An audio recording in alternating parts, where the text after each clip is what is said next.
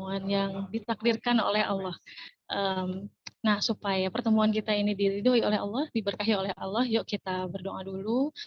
Boleh dalam hati masing-masing atau kita baca bismillah bersama-sama. Bismillahirrahmanirrahim. Baik, bismillahirrahmanirrahim. Rabbi sholli sadri wa yassirli amri wahlul 'uqdatam min lisani yafqahu qawli. Asyhadu an la ilaha illallah wa asyhadu anna Muhammadan abduhu wa rasuluhu amma ba'd. Kakak-kakak semua, sebelum masuk sharing session, saya mau kasih sedikit informasi nih tentang gerakan Aku Berdaya, tentang event hari ini nih ya, sharing session hari ini. Jadi, event ini adalah kolaborasi dari Nina Nugroho dan TTG. Ada yang tahu TTG itu apa? Kakak-kakak di sini? TTG itu adalah asosiasi tempat trainer skill. Jadi tempat trainer skill atau asosiasi wadah bagi para trainer dan pebisnis training yang telah menyelesaikan inkubasi tempat mentoring selama 16 minggu dibersamai oleh lead mentor Dr. Indrawan Nugroho. Asosiasi ini mempunyai 200 member dengan berbagai macam expertise. Mereka memiliki standar kualitas yang tinggi, memiliki semangat yang tinggi untuk menyelesaikan masalah-masalah yang ada di sekitar kita, untuk menyelesaikan masalah-masalah yang ada di Indonesia. Salah satunya sharing session hari ini, semoga bisa menyelesaikan masalah-masalah yang kakak-kakak semua di sini ya, Masya Allah. Dan Nina Nugroho sendiri adalah salah satu brand dari Mbak Nina Setiana. Beliau adalah desainer busana kerja khusus untuk muslimah. Nah, gerakan Aku Berdaya ini dideklarasikan pada acara Professional Women's Week pada bulan September 2021. Salah satu programnya adalah training untuk para perempuan. Nah, tujuan gerakan ini adalah untuk meningkatkan 1 juta keberdayaan perempuan Indonesia dalam 1 tahun. Masya Allah. Dan Alhamdulillah nih ya, bulan ini, tepatnya minggu lalu, merupakan tahun kedua Aku Berdaya diselenggarakan kembali. Gitu. Nah, harapannya, kenapa sih diselenggarakan kembali gitu ya di tahun kedua? Harapannya biar bisa lebih banyak lagi wanita Indonesia yang mendapatkan insight dan merasakan manfaat dari program ini. Tapi ini ya, seiring berjalannya waktu, karena tema-tema di Aku Berdaya ini ternyata beragam, banyak juga kaum pria yang ikut. Hari ini juga ada nggak sih pria-pria hari ini? Hari ini temanya khusus istri ya Kak Mona ya, tapi banyak juga kaum pria. Jadi mudah-mudahan diselenggarakan lagi di tahun kedua ini lebih banyak yang mendapatkan manfaat dari Aku Berdaya ini, gitu ya. Nah, hari ini harusnya ada Mbak Nina sih ya. Mbak Ninanya hadir nggak ya, Kak Novi? Oke, biasanya nih ya kakak-kakak biasanya ada sambutan dulu dari Mbak Nina Septiana, salah satu pemilik desainer brand Nina Nugroho. Tapi sepertinya Mbak Ninanya telat ya, jadi saya bacakan saja profilnya. Mbak Nina ini adalah seorang desainer yang sudah memiliki brand Nina Nugroho, dan beliau sudah mulai mendesain dari tahun 2010. Beliau juga meramaikan fashion di dalam negeri maupun luar negeri. Dan terakhir kalau saya lihat beliau meramaikan fashion di Paris, membawa batik Cirebon kalau tidak salah ke Paris ya, luar biasa. Terima kasih Mbak Nina Nugroho, Mbak Nina Septiana yang sudah memprakarsai event Aku Berdaya ini, gitu ya. Mudah-mudahan saya yakin sih ya akan lebih banyak wanita dan kaum pria yang juga dapat mendapatkan manfaat dari gerakan ini. Oke, nggak berlama-lama lagi ya. Kita masuk sesi utama ya, karena Mbak Nina yang nggak ada. Saya mau memperkenalkan narasumber kita hari ini. Beliau adalah seorang ibu dari 3 orang anak. Beliau saat ini menjadi marital trainer and coach. Beliau concern ingin membantu para istri untuk menciptakan surga di rumahnya. Menarik ya. Nah, beliau ini menikah sudah hampir 25 tahun ya. Nah, tentunya menikah selama 25 tahun tentunya punya tips and tricks ya, bagaimana menciptakan surga di rumah. Bagaimana supaya sakinah, mawadah, warahmah, dan bagaimana supaya minim konflik. Nah, ngomongin soal konflik nih ya, sepertinya nggak mungkin ya, rumah tangga tanpa konflik, tanpa masalah tuh kayaknya nggak mungkin. Soalnya Rasulullah SAW juga kan pernah ada sedikit konflik lah dengan para istrinya. Sayyidina Umar juga pernah lah ya dimarahi istrinya ya, dikisahkan begitu kan. Jadi kalau ngomongin rumah tangga tanpa konflik itu bagaikan sayur tanpa garam pasti ya, pasti ada. Tapi gimana sih biar minim konflik di rumah? Gimana sih biar komunikasinya efektif sama suami? gimana sih ini yang paling penting nih, gimana sih biar para istri bisa ngomong sama suami dengan cara yang tepat. Karena biasanya istri dipendem kan ya, terus suaminya berharap suaminya tahu apa yang dipikirkan sama istri gitu kan. Itu ada caranya loh. Mau tahu nggak teman-teman? Ayo dong open mic nih, mau tahu nggak? Nih Kak Mona hari ini narasumber kita akan membagikan langkah praktisnya gimana menciptakan surga di rumah. Saya juga udah nggak sabar nih dari kemarin dengar Kak Mona sudah menikah 25 tahun. Wah, pasti banyak nih segudang gitu ya ilmunya supaya bisa menciptakan surga di rumah. Nggak berlama-lama lagi, mari kita sambut narasumber kita hari ini, Kak Mona Lahji. Silahkan Kak Mona. Terima kasih Teh Ovi, Masya Allah, sambutan paginya luar biasa, motivasi sekali ya Teh. Jazakillah khair Teh Ovi dan semuanya. Iya. Assalamualaikum warahmatullahi wabarakatuh. Waalaikumsalam warahmatullahi wabarakatuh. Selamat pagi kakak-kakak, sahabat-sahabat semuanya. Alhamdulillah saya senang banget pagi ini Allah takdirkan bisa ketemu sama sahabat-sahabat pembelajar semuanya di sini di sharing session Aku Berdaya yang diselenggarakan oleh Nina Nugroho dan Tempat Trainer Skill. Makasih banget buat sahabat-sahabat pembelajar yang udah hadir di Zoom dan menghadirkan waktunya, mengisikan waktunya untuk join di sharing session hari ini. Ini saya luar biasa kagum banget sama teman-teman semua di sini. Saat hari Minggu pagi gitu ya, saatnya leyeh-leyeh, me time, mungkin main-main sama keluarga, jalan-jalan. Tapi sahabat-sahabat di sini ada 41 orang, ini luar biasa banget keinginannya untuk belajar, benar-benar mengupgrade diri banget gitu. Hari Minggu gini tuh disiapin waktunya untuk belajar lagi. Luar biasa, ini saya apresiasi banget. Saya izin share screen dulu teman-teman sebelumnya ya.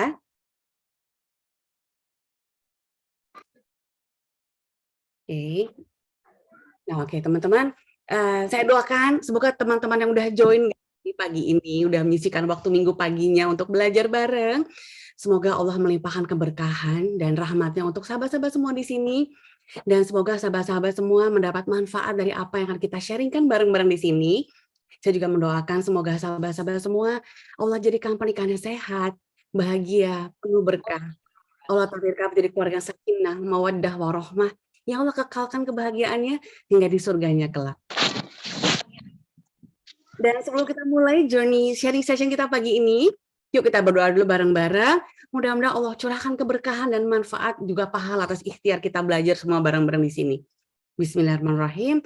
Allahumma inni as'aluka ilman nafi'an wa rizqan thayyiban wa amalan mutaqabbalan. Ya Allah, sesungguhnya aku mohon padamu ilmu yang bermanfaat, rezeki yang baik, dan amal yang diterima. Amin ya rabbal alamin. Dan sahabat-sahabat semua yang udah join di sini hari ini, semoga kita semua Allah catat termasuk dengan hamba yang dimudahkan jalannya menuju surga dengan cara mencari ilmu yang bermanfaat. Amin ya rabbal alamin. Teman-teman, sebelum kita mulai journey kita, izinkan saya memperkenalkan diri saya dulu. Saya Mona Lahji yang akan menjadi fasilitator sharing session Aku Berdaya pagi ini dengan tema Kuciptakan Surga di Rumahku selama kurang lebih 1 jam ke depan. Dan alhamdulillah hari ini Allah takdirkan saya dan suami menjalani pernikahan sudah hampir 25 tahun, nggak kerasa gitu ya, alhamdulillah. Profesi utama saya adalah seorang ibu rumah tangga. Saya seorang istri, juga ibu dari 3 orang anak yang udah mulai gede-gede, usianya udah mulai pranikah juga nih 2 anak saya. Dan selama ini, alhamdulillah saya juga seorang marriage trainer dan juga marital life coach. Dan selama ini tuh saya banyak banget diamanahi curhatan demi curhatan yang datang dari teman-teman, sahabat, dari istri-istri yang mengeluhkan tentang keluarganya, tentang pernikahan, beserta dengan masalah dan konflik-konfliknya. Mulai dari teman-teman yang mau nikah, yang lagi menyiapin diri buat pranikah, juga curhatan para pengantin baru yang sedang struggling berjuang dalam masa adaptasinya, sampai dengan pasangan yang udah menikah belasan tahun, bahkan ada yang udah 20 tahun lebih. Dan dari semua masalah yang curhatkan ke saya ini, saya menemukan ada satu pola yang terbentuk. Dan rasanya tuh sayang banget kalau semua curhatan-curhatan itu hanya lewat gitu aja. Akhirnya saya merasa bahwa ini perlu saya bakukan menjadi suatu training dan materi yang terstruktur, yang berdampak, yang moga ini jadi bermanfaat buat para istri yang sedang berjuang menjalani pernikahannya. Dan alhamdulillah atas izin suami saya, materi ini saya develop di Tempat Trainers Guild, sebuah lembaga pelatihan untuk para trainer, agar saya bisa menyusun modul yang impactful dalam mengubah kondisi yang nggak tahu gitu mesti mengubah apa, untuk mengusahakan apa dalam mengondisikan keluarganya supaya harmonis, menjadi tahu, bahkan mampu menciptakan pernikahan yang sehat, yang bahagia, istri yang mampu menghadirkan suasana surga dalam rumah tangganya. Dan di sini 1 jam ke depan kita akan belajar bareng-bareng dari masalah demi masalah yang sering terjadi dalam pernikahan yang mungkin juga pernah kita alami, dan kita insya Allah akan mempelajari skill yang penting banget dikuasai oleh kita para istri, dan semoga kita bisa mengaplikasikannya dalam pernikahan kita. So here I am, bismillah, dengan modul yang saya susun dengan niat untuk menjadi tabungan akhirat saya, semoga Allah ridho. Saya berazam ingin sekali menjadi learning partner untuk sahabat-sahabat semua para istri, supaya kita bisa belajar bareng bagaimana sih membangun pernikahan yang sehat dan minim konflik melalui komunikasi yang positif. Agar kita semua di sini, insya Allah takdirkan menjadi istri solihah yang bisa menciptakan dalam rumah tangga kita. Sahabat, sebelum kita masuk pada materi, saya ajak teman-teman untuk menyimak video ini dulu ya. Bismillah.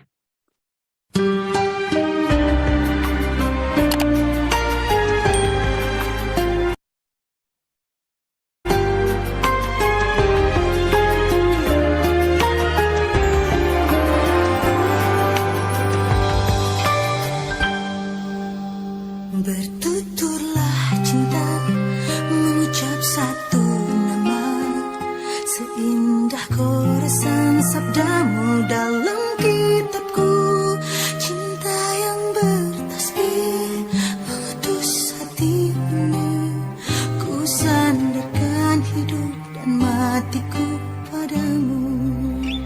Bisikan doaku dalam butiran tasbih, ku panjatkan pintaku padamu maha cinta. Sudah diubun-ubun cinta mengusik rasa, tak bisa ku paksa walau hatiku menjerit. Ketika cinta bertasbih, nadiku berdenyut merdu, kembang kempis dadaku merangkai butir cinta. Garis tangan tergambar, tak bisa aku menentang. Sujud syukur padamu atas segala cinta.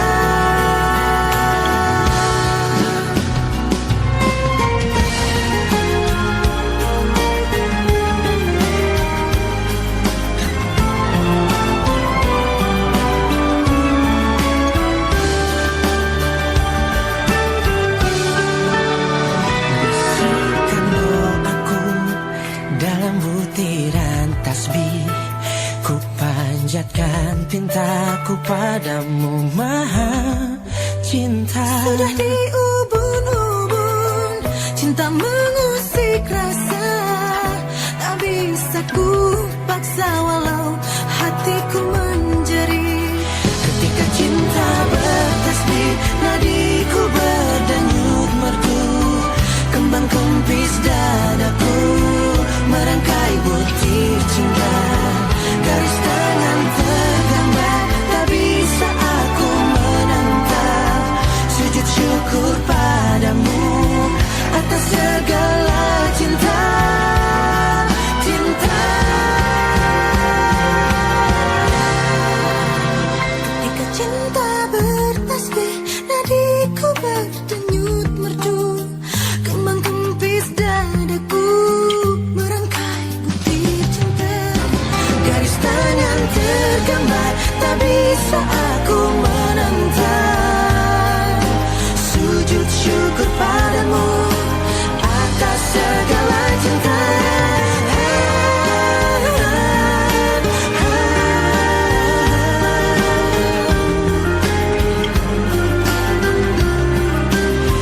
Garis tangan tergambar, tak bisa aku menentang. Sujud syukur padamu atas segala cinta. Ketika cinta bertasbih.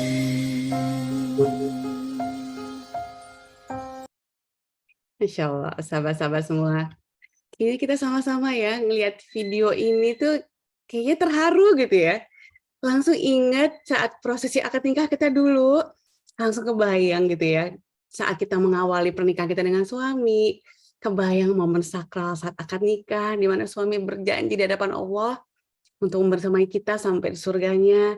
Lalu pikiran kita melayang lagi gitu, kepikir, inget lagi momen-momen indah saat honeymoon, di mana semuanya serba indah. Lalu setelah itu mulailah kita menjalani proses adaptasi dengan suami, dengan segala sifat dan kebiasaannya. Kita juga mulai adaptasi dengan mertua, dengan lingkungan baru kita. Kita juga menyesuaikan diri dengan peran baru kita sebagai istri. Lalu mungkin beberapa tahun kemudian kita sudah berubah, menambah lagi peran kita jadi seorang ibu. Dan saya yakin kita semua di sini, para istri, sama-sama pernah merasakan kehidupan pernikahan yang dinamis, dengan segala kebahagiaan, beserta ujian juga masa up and down-nya ya. Dan kebayang ya itu semua kayaknya langsung depan mata nih banget. Oke, teman-teman semua, bicara tentang pernikahan yang sehat dan bahagia, saya pengen bertanya nih sama sahabat-sahabat semua. Nanti boleh tolong dijawab di kolom chat ya. Kalau agak risih untuk jawab, mungkin terlalu private, boleh langsung di direct message ke saya di chat ini. Yang saya ingin tanyakan, saya butuh banget jawaban jujur kakak-kakak semua, oke? Dari skala 1 sampai 10, berapa sih nilai kebahagiaan kakak-kakak di sini selama menjalani pernikahan ini? Masya Allah, dari Kak Saibah 10, Insya Allah, Masya Allah. Monggo kakak-kakak yang lain boleh langsung di kolom chat. Berapa skala dari 1 sampai 10 nilai kebahagiaan pernikahan selama ini? Kalau nggak nyaman di kolom chat, boleh langsung di direct message ke saya juga boleh, silahkan. Dari Kak Wawan 9, dari Kak Diana 9,5, Masya Allah, ini luar biasa, pernikahan udah indah semua ya. Kak Lia juga udah 9,5, Masya Allah, Alhamdulillah, semoga Allah kekalkan kebahagiaan sampai di jannah. Dari Kak Ruka 8, Kak Konita 9, Masya Allah, aduh saya seneng banget, berarti Alhamdulillah, dari 10, sekarang 6, Masya Allah, Kak Sinta, berarti Kak Sinta luar biasa ya, dari 6 sampai 10, berarti luar biasa. Oke, Masya Allah, Alhamdulillah, mudah-mudahan Allah kekalkan kebahagiaan selamanya sampai di jannahnya, Insya Allah, amin, amin, amin. Oke, saya lanjutkan lagi kakak-kakak ya. Sorry.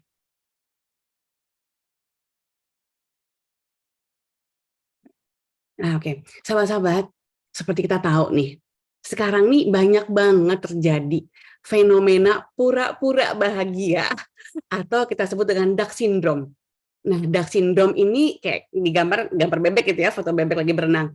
Jadi dark syndrome ini adalah suatu kondisi di mana seseorang itu berusaha terlihat tenang, terlihat baik-baik saja, terlihat romantis gitu ya sama suaminya di depan masyarakat. Padahal sesungguhnya di balik itu dia ataupun pasangan ini sedang menghadapi banyak masalah dalam dirinya. Dan kenapa disebut dengan dark syndrome? Karena kalau kita lihat di gambar, di slide, bebek yang lagi berenang itu kan dia kelihatannya tenang ya, tenang gitu kayak nyaman.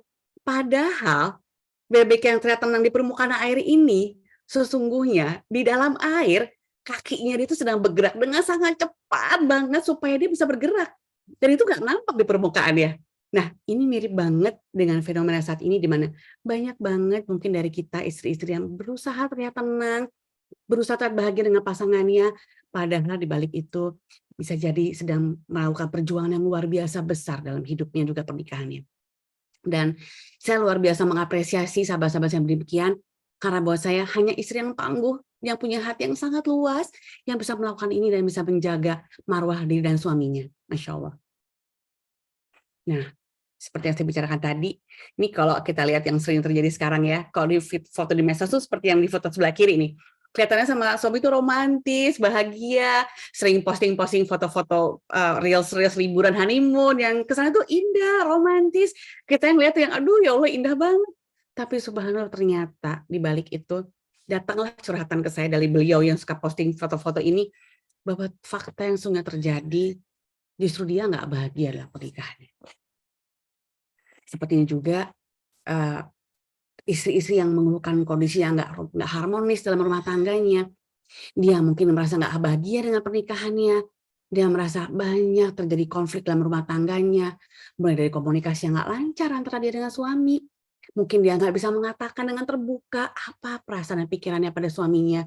atau istri yang mungkin justru sulit menahan hasratnya buat ngomel-ngomel, sulit menahan kalimat negatifnya pada suaminya, bahkan mungkin ia juga istri yang sulit menahan emosinya, juga amarahnya yang bergejolak saat dia berkonflik dengan suaminya. Sehingga akhirnya banyak istri yang dihadapkan pada konflik yang terjadi berulang-ulang terus dalam rumah tangganya, dan mereka belum mampu menyelesaikan dengan tuntas dan solutif. Setiap dia berusaha untuk menyelesaikannya dan membahas masalahnya dengan suaminya, yang terjadi malah berantem, saling debat, saling menyalahkan satu sama lain. Hingga masalah yang terjadi itu makin besar dan makin kompleks. Dan akhirnya pun istri merasa, aku tuh korban dari suamiku. Ia beranggapan kalau ketidakbahagiaan yang ia rasakan selama pernikahannya ini karena ulah suaminya sendiri. Padahal di medsos, seperti foto kiri tadi, kelihatannya bahagia-bahagia aja. Nah, sahabat, fenomena pura-pura bahagia atau kita sebut dengan dark syndrome ini tervalidasi sebenarnya dengan fakta berikut ini. Karena menurut data yang saya peroleh dari Guru Besar Universitas IPB, Profesor Uwais Sunarti, disampaikan bahwa angka perceraian di Indonesia dalam 5 tahun terakhir jumlahnya meningkat sangat tajam sebesar 77%. Dan faktanya setiap 1 jam, setiap 60 menit terdapat 50 kasus perceraian di Indonesia. Dan secara nasional, angka gugat cerai, jadi gugat cerai adalah istri yang menggugat suaminya untuk bercerai, itu jumlahnya 3 kali lipat lebih banyak dibanding suami yang mentalak istrinya. Ya Allah. Dan faktanya kalau kita lihat 60% penyebab perceraian adalah karena perselisihan dan pertengkaran yang terus-menerus, dan ini yang menyebabkan hubungan yang tidak harmonis. Ini yang menyebabkan akhirnya banyak perceraian setelah pasangan berkonflik berkepanjangan dengan pasangannya. Dan ternyata dari data statistik ditemukan bahwa penyebab perceraian tertinggi di Indonesia saat ini adalah karena ini juga. Karena pertikaian dan pertengkaran terus-menerus yang nggak ada habisnya. Padahal kalau kita lihat video tadi ya, saat awal akad nikah yang serba indah, saya yakin mereka yang bercerai ini, mereka nggak akan menyangka bahwa perjalanan pernikahan mereka akan berakhir seperti ini. Saya yakin saat awal menikah, semua pasangan pasti punya harapan dan mimpi untuk memiliki pernikahan yang sehat dan bahagia. Saya yakin kita semua, para istri, punya harapan dan impian tersendiri tentang pernikahan yang bahagia dan sehat versi diri kita masing-masing. Nah, kalau kita mau menyamakan persepsi ya, definisi pernikahan yang sehat dan bahagia, kalau menurut versi kita kali ini, kita samakan persepsi dulu, definisi pernikahan yang sehat dan bahagia itu adalah pernikahan yang harmonis, yang penuh kasih sayang, yang terasa damai dan tenang, bisa saling percaya antara suami dan istri, di mana komunikasi dengan pasangan sangat lancar, hangat, nggak saling menyalahkan pasangan atas semua masalah yang terjadi, yang bisa menyelesaikan semua masalah dengan solutif, pasangan yang minim konflik, yang bisa memahami satu sama lain, bisa memahami perbedaan, lalu tidak menuntut pasangan, dan juga saling berusaha untuk membahagiakan pasangannya. Dan definisi ini tuh nggak pernah sama mungkin ya untuk setiap orang, karena saya yakin semua orang punya harapan yang berbeda-beda, tapi sama-sama pengen punya keluarga yang sehat, bahagia, dan minim konflik. Walaupun ya sebenarnya jujur Li, mana ada sih ya pernikahan yang dari mulai akad nikah sampai akhir itu nggak pernah berkonflik. Kayaknya rasanya nggak ada ya. Seperti Kak Upi juga bilang bahwa Rasulullah pun pernah mengalami masalah dengan istri-istrinya. Dan saya yakin realitanya hampir semua pernikahan pernah mengalami konflik dan masalah. Mungkin dengan masalah dengan suami, beda pendapat sama suami, mungkin masalah dengan anak, masalah finansial, mungkin konflik dengan mertua, dengan ipar, dan banyak lagi masalah dalam rumah tangga yang sering terjadi. Dan agar kita bisa menghindari resiko konflik dalam masalah pernikahan ini, supaya kita nggak sampai ada di posisi yang tadi, yang naudzubillah sampai bercerai karena kita konfliknya nggak bisa kelar-kelar. So, yuk di sharing session kali ini, kita akan sama-sama belajar bagaimana sih kita bisa meningkatkan skill komunikasi positif dengan suami agar kita bisa menciptakan pernikahan yang sehat dan bahagia.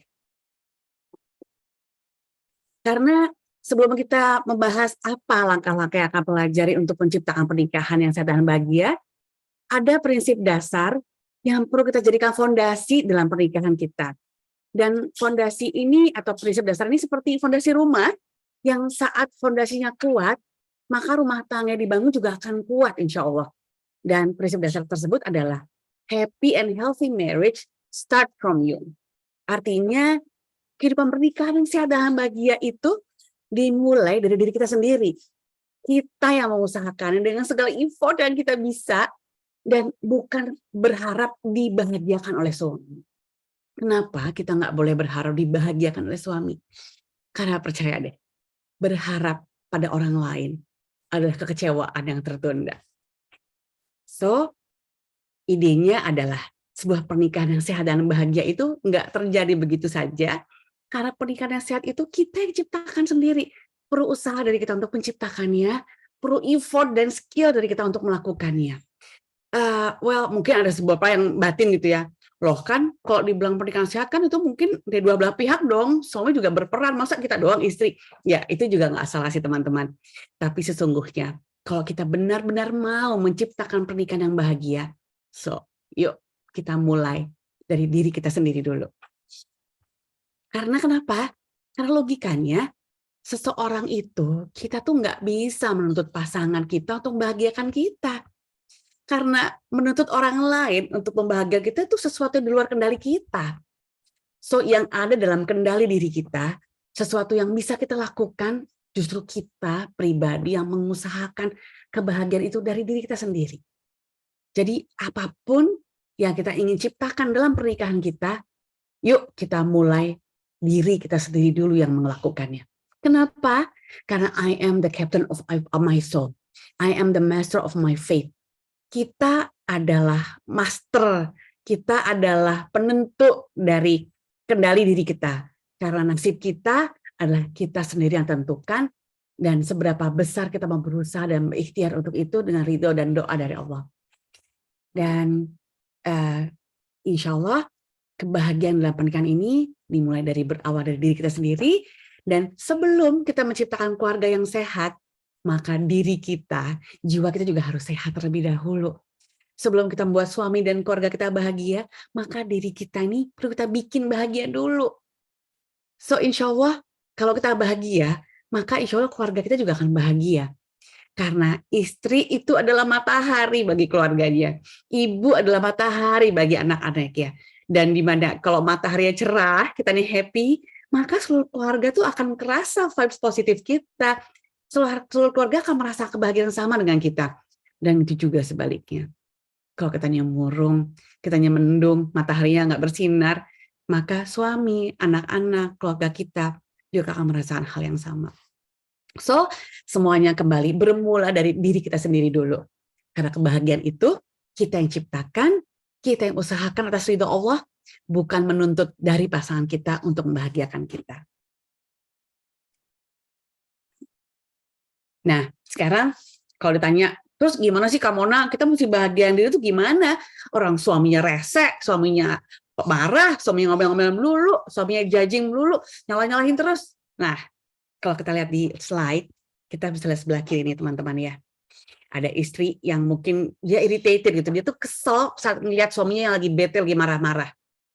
Apakah kita adalah orang di posisi sebelah kiri, di foto kiri, di mana kita ikut bete, kita ikut marah, kita ikut kesel, mood kita ikut terganggu saat suami kita juga lagi marah-marah dan lagi kesel. Atau kita ada di foto sisi kedua, yang sisi kanan. Di mana mau suami marah-marah, mau suami rese, mau suami rewel, mau suami komplain melulu, itu urusan suami. Tapi saya bisa memilih diri saya ingin bahagia. Saya nggak akan terirritated, saya nggak akan terpengaruh oleh mood suami saya yang mungkin marah-marah. Even suami saya marah-marah, saya tetap bisa menghadirkan kebahagiaan bagi diri saya sendiri, dan saya bisa menghadirkan kebahagiaan untuk anak-anak dan suami saya di rumah. Sehingga mood suami yang moody yang lagi marah-marah pun justru jadi ikut tenang dan bahagia karena ngeliat vibes kita yang bahagia. Nah, pilihan ya ada di tangan kita, karena kita the master of our fate. Kita mau pilih dari istri yang sebelah kiri atau dari istri yang sebelah kanan, di mana internal locus of control kita tuh diri kita tuh, konsep diri kita nggak terpengaruh sama mood buruk suami. So the choice is yours ya teman-teman semua. Nah, so gimana sih supaya kita bisa menciptakan nuansa surga di pernikahan kita? Gimana sih caranya supaya kita bisa menghadirkan pernikahan sehat di rumah tangga kita? Nah, teman-teman, di sini di waktu yang singkat ini saya akan membahas apa aja sih trik-trik ringkas yang perlu kita usahakan, yang perlu kita pelajari supaya kita bisa jadi istri yang berdaya, yang punya skill dalam menciptakan nuansa surga dan kebahagiaan dalam rumah tangga kita. Nah, ada 4 langkah kunci untuk menciptakan suasana bahagia di rumah tangga kita. Yang pertama adalah achieve your self-mastery. Yang kedua, build your positive communication skill. Yang ketiga, elevate your problem-solving skill. Dan yang keempat adalah create intimate relationship with your spouse. Nah, sayang sekali karena waktu kita yang terbatas, izinkan saya hanya share poin yang kedua ya sahabat-sahabat semua, bagaimana kita membangun komunikasi yang positif dengan suami. Nah, teman-teman, bicara tentang komunikasi. Tahu nggak sih sahabat-sahabat semua, kalau salah satu kunci hubungan yang sehat dan bahagia itu berawal dari komunikasi yang baik. Seperti di layar, James O. Prohaska dan Carol DiClemente, beliau adalah peneliti di Texas Research Institute of Mental Science. Mereka menulis di buku yang berjudul The Theoretical Approach Crossing Traditional Boundaries of Therapy. Dan salah satu bab di buku ini, mereka membahas problem-problem pernikahan dan perceraian. Menurut Prohaska dan DiClemente, sebagian besar ketidakpuasan yang terjadi dalam perkawinan ternyata bersumber dari masalah komunikasi. Jadi masalah komunikasi inilah yang jadi penyebab paling besar yang bikin suami istri bertengkar. Dan juga masalah komunikasi ini pula yang jadi penyebab terbesar banyaknya kasus perceraian terjadi. Dan dari sebuah penelitian juga ditemukan bahwa manusia itu dari mulai bangun tidur pagi sampai kita tidur lagi di waktu malam, 70% waktu kita itu kita gunakan untuk berkomunikasi. Baik verbal walaupun non-verbal, baik lisan maupun non-lisan melalui chat. Itu semuanya juga komunikasi. So ini berarti kualitas hidup kita itu ditentukan oleh bagaimana kita berkomunikasi dengan baik.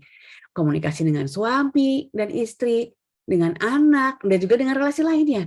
So singkatnya, hidup kita ini sangat banyak ditentukan oleh bagaimana kita menggunakan lisan kita. Jadi artinya urusan lisan ini banyak memberi andil dalam perjalanan hidup kita. Nah, gimana sih andilnya? Yang pertama adalah bagaimana kita bisa menangkap pesan yang disampaikan orang lain pada kita. Kita bisa mendengar dengan baik apa yang seorang sampaikan pada kita. Dan yang kedua adalah bagaimana kita mengkomunikasikan dan menyampaikan pesan pada orang lain tentang apa yang kita pikirkan, apa yang kita rasakan, apa yang ingin kita nyatakan, juga apa yang tidak kita inginkan. Dan Allah juga berfirman dalam surat Ibrahim ayat 27, dan intinya di ayat ini tuh menggambarkan bahwa kalimat yang baik itu lisan yang baik itu adalah Allah gambarkan seperti pohon yang memberi manfaat dan buahnya kepada manusia atas izin Allah. Dan ini adalah lisan yang baik, lisan yang ahsan yang kita ucapkan pada orang lain, perkataan yang penuh makna, yang inspiring, yang insightful, yang bisa memberi manfaat untuk orang banyak, kalimat yang mampu menggerakkan orang lain. Dan begitu pula Allah beri perumpamaan kalimat yang buruk seperti pohon yang buruk, yang akar-akar tuh nggak kuat, yang mudah kecabut, yang mudah tumbang, mudah limbung, kalimat yang nggak bisa ngasih manfaat untuk orang lain, bahkan mungkin berdampak buruk bagi orang lain, juga berdampak buruk dalam pernikahan kita, juga relasi kita dengan orang lain. Dan Allah juga berfirman Al-Baqarah 83, dan berkatalah kalian semua kepada manusia dengan perkataan yang baik.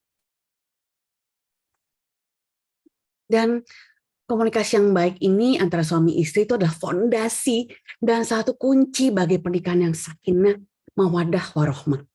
Dan komunikasi yang efektif apabila pesan yang terima itu bisa dipahami dengan baik dan membuat nyaman pasangannya.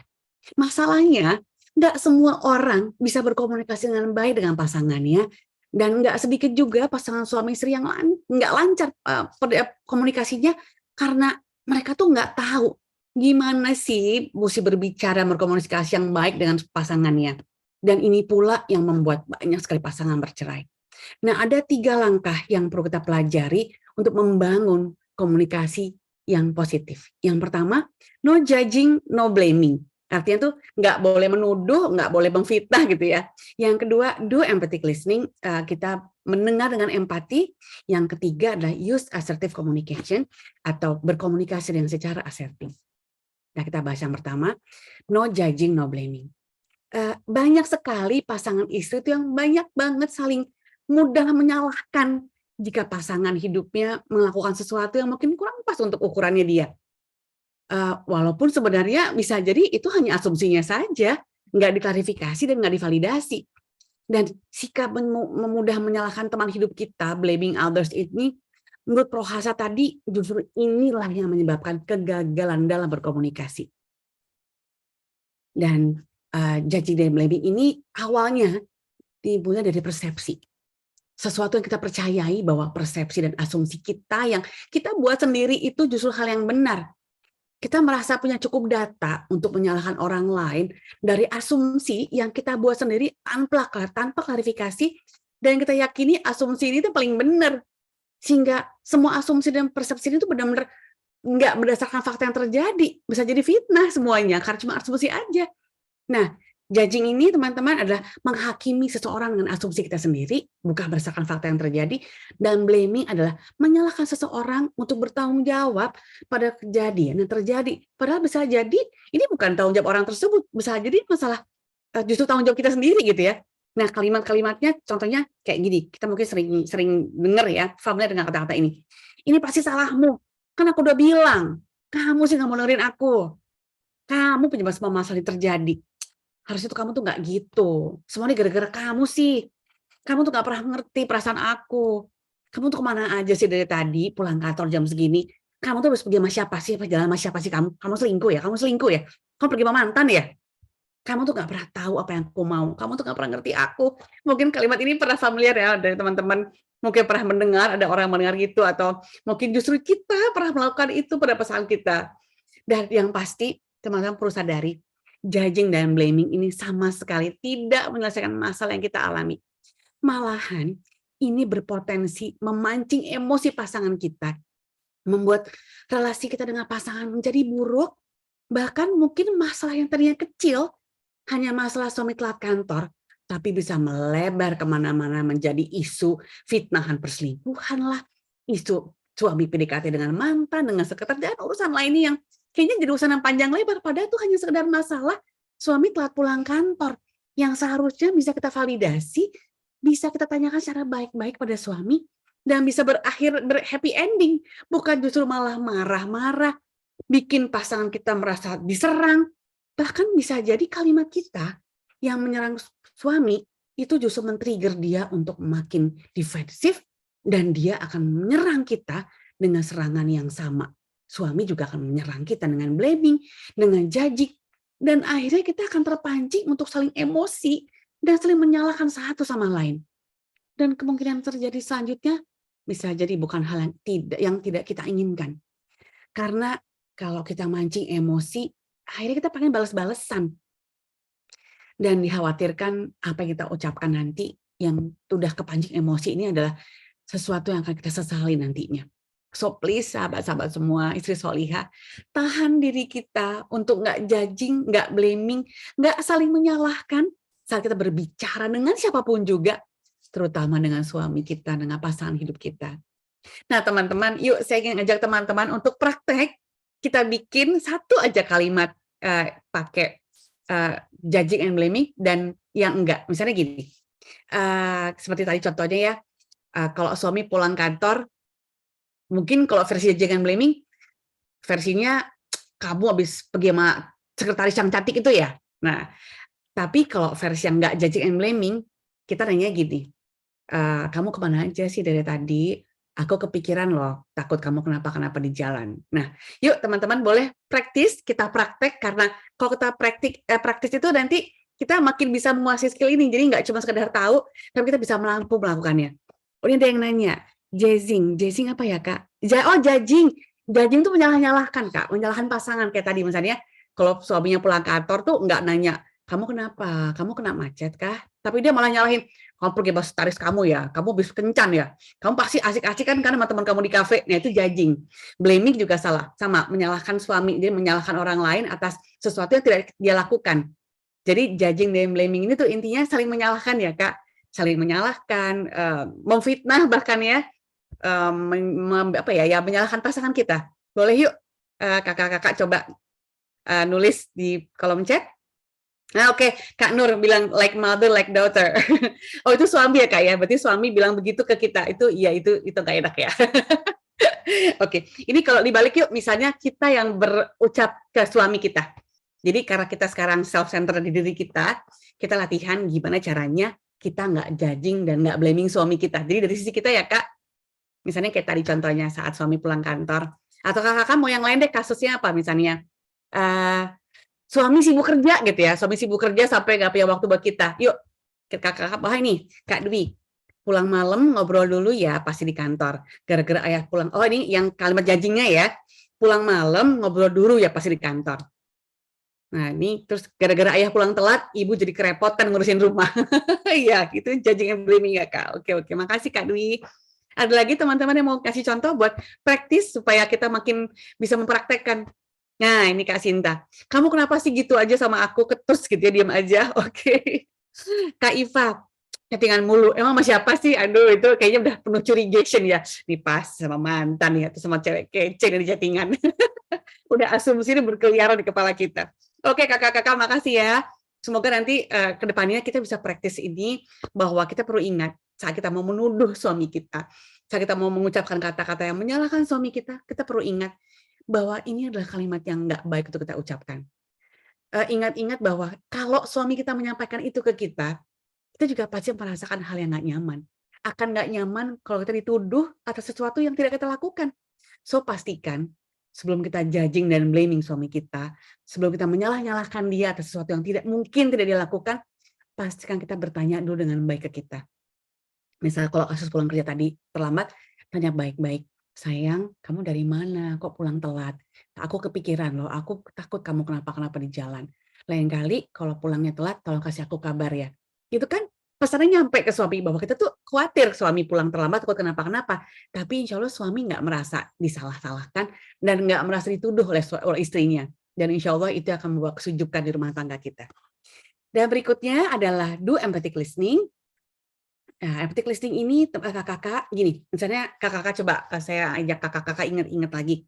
Pernah nggak sih saat kakak-kakak lagi enak-enak ngobrol, kita lagi sama teman-teman gitu ya, satu grup mungkin ada 6 orang, kita lagi cerita, saya tuh gini. Belum selesai kita bicara, tahu-tahu ada temen yang motong omongan kita, dia langsung nimbrung aja ngomong di tengah-tengah pembicaraan kita. Oh, saya juga gitu Kak, saya juga gitu. Jadi tuh ya, aku tuh dulu bla bla bla bla. Terus dia malah cerita, dia malah mendominasi obrolan dan dia mulai bercerita tentang dirinya sendiri. Padahal kita belum selesai cerita. Pernah mungkin ya mengalami itu. Nah, kebayang nggak sih gimana rasanya pas ada kejadian kayak gitu? Pasti nggak nyaman ya ngeliat orang yang kayak gini, yang kayak kesan itu nggak mau kalah.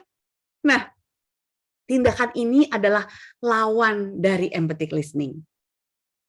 Jadi banyak banget orang yang membangun komunikasi itu, dia tuh merasa komunikasi yang efektif itu adalah yang bicaranya keren, yang suaranya keras, rame gitu ya, yang kita bisa mendominasi pembicaraan. Mungkin kalau kakak-kakak ingat ILC gitu ya, Indonesia Lions Club, Indonesia Liars Club, itu di mana orang yang kita ajak bicara itu dianggap lawan, yang perlu kita taklukkan dengan berbantah-bantahan gitu ya.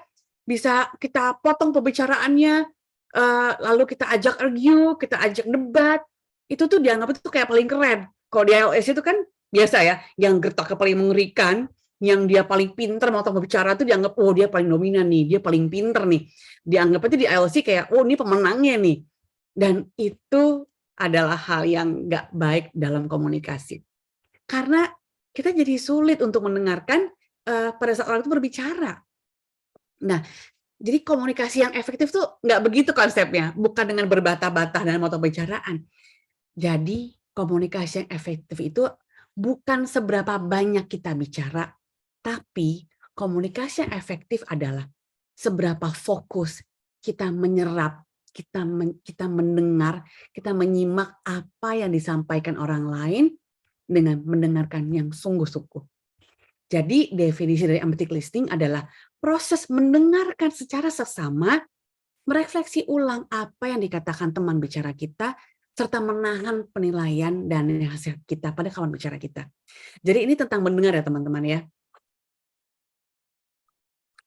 Dan empathic listening ini adalah sebuah skill,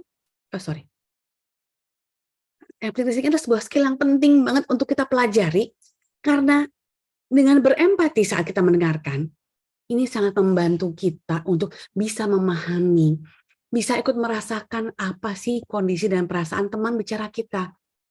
Dan teman-teman, listening itu berbeda dengan hearing ya.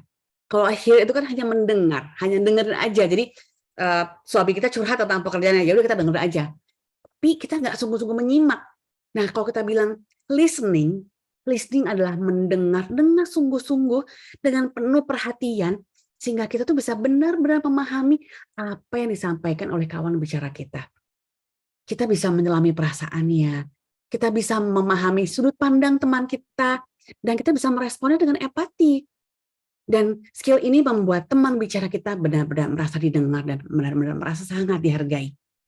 Dengan ini tuh kita jadi bisa paham apa yang pasangan kita butuh, apa yang pasangan kita inginkan. Dan ini sangat penting banget dalam rumah tangga. Karena kalau kita hanya mau bicara aja tanpa mau banyak mendengarkan apa perasaan suami kita nggak akan bisa punya relasi yang baik sama dia. Karena kita nggak mengerti dia. Kita nggak tahu suami itu kondisinya gimana, kondisi hatinya gimana, perasaannya bagaimana, apa yang sedang dia pikirkan, apa beban pikirannya. Kita nggak bakal bisa mengerti dia kalau kita nggak punya skill untuk mendengar dengan efektif. Jadi teman-teman pastikan kita bisa berempati saat kita mendengarkan pasangan kita bicara. Pastikan kita nggak dengerin suami curhat sampai kita gajetan. Saat kita lagi berdua dengan suami, pastikan itu momen yang berharga untuk kita berdua, itu momen yang bahagia dari Allah, pastikan kita manfaatkan sebesar-besarnya, karena kita nggak tahu sampai kapan Allah kasih momen ini buat kita. Kita nggak tahu kapan Allah akan memisahkan kita dengan suami kita dengan ajal, ataupun mungkin dengan hal yang lain. So pastikan saat kita dengan suami lagi berdua, mungkin kita lagi pillow talk gitu ya, mau tidur, mau ngobrol-ngobrol chat-chat ringan sebelum tidur. Mungkin selama ini kita ngerasa itu hal yang biasa aja. Pastikan momen pillow talk atau momen berdua suami ngobrol itu adalah hal yang sangat berharga buat kita. Taruh gadget Anda, taruh handphone Anda, jangan didekatin, jangan disentuh, jangan dipegang. Saat suami ngajak kita ngobrol, fokus ke dia, dengar setiap kata-kata dengan sangat fokus, dan pastikan kita ikut berempati pada apa yang dia rasakan, apa yang dia ucapkan. Nah, teman-teman, kalau kita lihat ciri-cirinya nih ya, mungkin teman-teman agak bingung, emang gimana sih Kak ciri-cirinya orang udah berempati saat mendengar tuh gimana, ciri-ciri empathy listening kayak gimana sih? Nah, ciri-cirinya nih ya, saat kita lagi mendengarkan teman kita bicara atau mungkin suami kita bicara, kita akan mengerahkan seluruh perhatian kita pada dia. Kita being mindful, kita nggak terdistraksi sama handphone kita, nggak terdistraksi sama TV yang lagi kita tonton, nggak sambil nonton drakor, enggak. Tapi saat dia lagi bicara, kita fokus mendengarkan totalitas ke dia, being mindful. Lalu kita perhatikan apa yang dibicara lawan bicara kita, teman bicara kita perhatikan kata demi katanya, kita juga perhatikan gesturnya dia, lalu kita juga sabar dalam mendengarkan. Karena untuk mendengarkan orang bicara itu butuh kesabaran. Kadang-kadang tuh ya, kita tuh udah nggak sabar gitu. Pengen buru-buru berpendapat, pengen buru-buru menginterupsi gitu ya. Pengen langsung, itu nggak gitu, harusnya nggak gitu. Nah, kita perlu tahan. Mulut kita tahan dulu, diam dulu. Saat pasang kita bicara, kita sabar mendengarkan sampai dia benar-benar tuntas. Kita nggak menginterupsi omongannya, nggak motong pembicaraannya. Kita juga nggak gegabah menyampaikan pendapat kita, apalagi sampai misalnya suami masih ngomong tengah-tengah, misalnya gini, dia cerita, aku tuh capek kerja. Kita tuh udah kayak mau ngomong, ya pastilah namanya juga kerja, pasti capek. Nah, please tahan dulu, jangan ngomel dulu, tahan sabar, sabar. Pastikan kita nggak menceramahi pasangan kita, pastikan kita memilih kalimat yang baik untuk kita katakan pada suami kita. Karena itu hal yang sangat penting dan sangat berefek pada relasi yang baik yang kita mau jalin dengan suami. Dan selain itu, selain komunikasi verbal, ada juga komunikasi non-verbal yang itu juga sangat ngefek dalam empathic listening. Jadi itu adalah gesture. Jadi saat kita lagi mendengarkan suami kita berbicara ataupun juga orang lain, tunjukkan gesture yang baik. gesture yang baik ini adalah posisi diri kita, misalnya saat suami kita bicara, pastikan kita berhadapan-hadapan dengan dia. Kalaupun miring, pastikan mata kita ngadep ke dia, bukan suami kita ngadep ke kita depan handphone atau depan TV gitu. Ngadepnya nggak berhadapan, pastikan nggak dilakukan ya moms. Pastikan saat suami kita ngajak kita bicara, tatap matanya, perhatikan posisi tubuh kita berhadapan-hadapan dengan dia sebisa mungkin, lalu jangan gini ya, jangan lipat tangan. Ini kan kayak orang, oh, tunggu deh, habis itu gue balas deh omongannya. Enggak gitu. Pastikan tangan kita tuh rileks, nyaman. Pastikan sesekali kita mengangguk. Jadi kalau pas lagi cerita kita, oh oke, oh gitu ya. Oh jadi gitu ya. Nah, dengan kita ngangguk ini kan sebenarnya hal kecil, tapi itu ngefek banget membuat pasangan kita merasa, oh aku dia mengerti ya sama dia. Istriku tahu apa yang aku rasakan. Istriku bisa memahami perasaanku. Dan itu sangat penting, moms. Penting banget. Dan pastikan postur tubuh kita santai, nyaman, dan terlihat terbuka. Nggak nunjukin posisi kayak, ngomong apa loh. Kayaknya kita siap nyerang gitu, siap nyerang suami. Pastikan nggak ya, moms. Nah, selain itu, yang ketiga adalah use assertive communication. Nah, apa sih assertive komunikasi ini apa? Nah, I statement itu adalah termasuk komunikasi asertif, teman-teman. Dan komunikasi asertif ini adalah kemampuan untuk mengkomunikasikan langsung, untuk menyampaikan apa yang kita kehendaki tanpa menyakiti, tanpa merendahkan, tanpa melimpahkan kesalahan pada orang lain, apalagi pada pasangan kita. Dan komunikasi asertif ini akan melatih bagaimana kita memposisikan diri kita ketika bicara, dan menyampaikan apa yang mau kita ucapkan dengan pikiran dan bahasa aku ya. Nanti kakak mungkin nanya, apa tuh kamu bahasa aku? Nanti akan saya jelaskan ya. Jadi komunikasi asertif ini adalah hal yang sangat ngefek banget untuk menciptakan kepercayaan serta sangat menghargai batasan atau boundaries orang lain.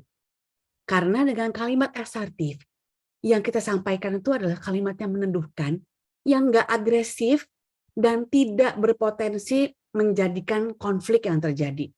Karena seringkali kalau kita menggunakan kalimat yang tidak asertif, kita akan cenderung menyalahkan orang lain dengan kalimat blaming dan judging seperti yang tadi saya bahas. Misalnya kayak kalau kita lagi berkonflik dengan suami gitu ya, kita ngomong nih, saya merasa gak dihargai, kamu tuh gak ngerti saya, kamu tuh gak ngerti perasaan aku. Nah, ini tuh sangat bertolak belakang dengan bahasa asertif. Karena kalau dalam kalimat asertif, kalimat yang kita ucapkan tuh nggak agresif. Padahal kalimat yang tadi saya ucapkan tuh kalimat agresif ya teman-teman, setuju ya? Kalimat yang tadi saya ucapkan, itu akan menyudutkan pasangan kita. Dia akan merasa disalahkan oleh kita. Dia akan merasa, ya Allah, masa sih aku nggak pernah ngertiin istriku, kayaknya aku nggak gitu deh. Dia akan merasa, ini istriku ngefitnah aku nih. Akhirnya suami malah ketrigger pengen marah juga kan. Nah, pastikan bahasa yang kita sampaikan ke suami atau juga ke orang lain dalam berkomunikasi dengan anak, dengan orang tua, dengan siapapun, kita pastikan menggunakan kalimat yang asertif, yang tidak agresif, tidak menyudutkan teman bicara kita, sehingga efeknya dengan bahasa asertif ini, kita akan sangat bisa mengurangi resiko kita berkonflik dan bermasalah dengan orang lain, terutama dengan pasangan kita. Nah, teman-teman, seperti di layar ini tadi, saya akan ajak teman-teman untuk berbicara I statement, di mana I statement ini fokus menyampaikan perasaan yang dirasakan oleh kita sebagai pembicara pada teman bicara kita. Jadi fokusnya nih kita menjadikan perasaan kita untuk dibicarakan, tapi bukan menyalahkan orang lain. I statement ini berbeda dengan you statement. Kalau you statement itu biasanya mulai dengan kata kamu yang tadi saya bicarakan, yang kamu tuh nggak ngerti perasaan aku, kamu tuh nggak ngerti aku, kan itu bahasanya kamu ya, kamu. Nah itu tadi saya bilang ini cenderung menyalahkan dan menghakimi orang lain secara vulgar kalau di slide ini. Nah kalau you statement itu, kalau I statement adalah saya. Nanti saya akan jelaskan di sebelah gimana sih caranya. Nah ini saya jelaskan bahwa assertive communication adalah kemampuan kita untuk berkomunikasi langsung, untuk menyampaikan usulan, untuk menyampaikan harapan, dan juga apa sih yang pengen kita kehendaki tanpa menyakiti, tanpa merendahkan orang lain, dan yang pasti tanpa melimpahkan kesalahan pada orang lain, terutama pada pasangan kita. Nah, teman-teman, ada rumus dari I statement. Nah, ini jadi di I statement ada 4 elemen dasar, teman-teman. Yang satu adalah aku atau saya merasa. Jadi di sini kita mengungkapkan apa yang kita rasakan. Yang kedua, ketika kamu, yaitu kita mengungkapkan fakta yang terjadi mungkin atas perbuatan orang lain atau penyebab dari apa yang kita rasakan. Tapi ini bukan asumsi ya teman-teman, ini bukan judgment. Ini adalah sesuatu yang sudah kita validasi. Sesuatu yang memang fakta terjadi memang demikian, bukan asumsi kita. Sesuatu yang memang kita sudah pastikan ini memang fakta dan bukan asumsi, bukan judgment. Yang berikutnya adalah karena, nah ini adalah apa sih dampak fakta ini pada kita tuh apa? Yang keempat, oleh karena itu saya ingin di sini kita menyatakan usulan kita, harapan kita, keinginan kita yang terbesar. Nah, jadi teman-teman pastikan, ingat-ingat di rumus I statement ini ada 4 elemen dasar ya. Saya merasa, ketika kamu, karena, dan saya ingin. Saya akan beri contoh supaya teman-teman nggak bingung ya. Ini apa sih Kak Mona, kok aku bingung nih maksudnya apa ini? Oke, saya akan jelaskan di slide berikutnya teman-teman. Oh ya, ada alert, ada ingatan di sini bahwa ingat kalimat I statement ini bukan mengiba, kita bukan meminta belas kasihan sahabat kita atau pasangan hidup kita, karena kita adalah manusia yang berdaya, kita adalah pelaku utama hidup kita dan kita bukan korban, kita adalah master of our soul. Jadi pastikan kalimat ini tuh bukan mengiba ya, bukannya aduh kamu tuh nggak ngerti aku, bukan gitu ya teman-teman. Nah oke. Di sini ada contoh yang saya sampaikan. Yang faktor pertama tadi, poin pertama, aku atau perasaanku. Contohnya, aku merasa sedih. Nah, yang kedua, ketika apa fakta kejadiannya? Bukan asumsi ya teman-teman. Pastikan ini bukan asumsi, tapi ini benar-benar fakta yang terjadi. Faktanya, suami pulang kantor dan dia nggak ngasih kabar ke kita. Nah, dampaknya karena itu adalah efek dari suami nggak pulang, efek dari suami lupa nggak ngabarin kalau dia pulang adalah saya jadi khawatir kan. Saya ini khawatir suami kenapa di jalan, takut celaka dan lain-lain. Nah, harapannya saya ingin, saya ini tulisnya di sini, harapannya suami kasih kabar. Jadi kalau saya rangkai dalam sebuah kalimat teman-teman, misal analoginya sekarang suami pulang telat, dia nyampe rumah, assalamualaikum, kita langsung nih maunya kan kamu tuh stop, nggak ngomong gitu lagi. Mulai hari ini, pastikan kita menggunakan I statement yang kita latihkan hari ini. Saya contohkan ya teman-teman berupa langsung satu kalimat. Sampaikan, sayang, aku sedih. Atau mungkin, aku khawatir. Saya khawatir, saya sedih ketika kamu tuh pulang telat dari kantor, dan kamu tuh nggak ngasih aku kabar. Karena aku tuh khawatir kamu kenapa di jalan. Aku tuh pengen banget, kalau kamu pulang telat, kamu kabarin aku ya, kamu bisa telepon aku, bisa WA aku, supaya aku tuh bisa tenang, supaya aku tahu kalau kamu tuh nggak kenapa-kenapa di jalan. Beda nggak rasanya sama kalau kita ngomongnya kayak yang pertama yang, kamu sampai sekarang cantik Bu. Wah kamu terus, rasakan bedanya? Nah teman-teman, so, saya ingin ngajak teman-teman berlatih, yuk teman-teman latihan nulis, membuat satu I statement. Kondisinya yang saya tuliskan di sini adalah misalnya, biar kita bareng-bareng ya, biar sama-sama bikin I statement-nya. Kondisinya kita samakan dulu ya, supaya enak. Kondisinya adalah, misalnya suami itu sibuk banget kerja ya teman-teman, sampai dia tuh kurang ada waktu gitu buat ngobrol sama kita dan anak-anak. Nah, kira-kira kita mau ngomong apa nih? Dengan versi I statement ya teman-teman, dengan 4 rumus ini yang aku merasa ketika kejadiannya adalah suami sibuk kerja di kantor sehingga kurang waktu. Dan karenanya apa dampaknya pada kita dan apa harapannya. Yuk teman-teman boleh nulis langsung di kolom chat ya teman-teman. Nanti kalau ada yang langsung share on mic juga boleh, silakan banget. Kita sama-sama belajar di sini, practicing, supaya selesai dari kelas ini, kita punya satu skill baru yang bisa langsung praktekin ke suami kita. Mudah-mudahan ini bermanfaat ya teman-teman. Yuk, supaya kita bisa benar-benar ngerti ini, bisa kita praktekin, kita latihan di sini dulu ya. Nanti kalau ada yang kurang tepat akan saya bantu untuk revisi ya teman-teman. Yuk, boleh. Oh, di Kak Sinta ya. Oh, ini agak beda. Oke, Kak Sinta boleh nyoba bikin kalimat I statement ya Kak Sinta, yang saya ajarkan tadi yang aku merasa, lalu ketika, karena, dan harapanku. Yuk teman-teman boleh yuk. Ayo, silakan teman-teman. Yang mau open mic silakan, mau raise hand silakan. Boleh, mau langsung praktek dengan on mic silakan banget. Belajar bareng di sini yuk. Silakan teman-teman. Rumusnya 4 ini ya. Seperti yang saya contohkan. Boleh langsung tulis kolom chat atau boleh langsung on mic ya teman-teman. Silakan. Ayo, mungkin lagi di tik Kak Mona. Ada yang ini saya Kak. Bu Rini, silahkan Bu Rini. Langsung Silakan. aja di unmute.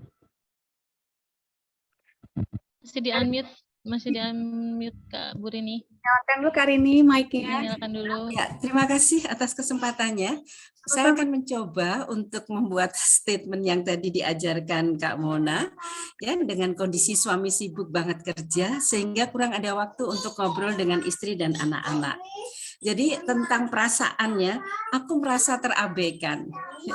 Kemudian jadi kejadiannya adalah bahwa suami sibuk kerja ya, sibuk kerja terus gitu. Karena ini di sini aku khawatir kamu terlalu capek. Ya.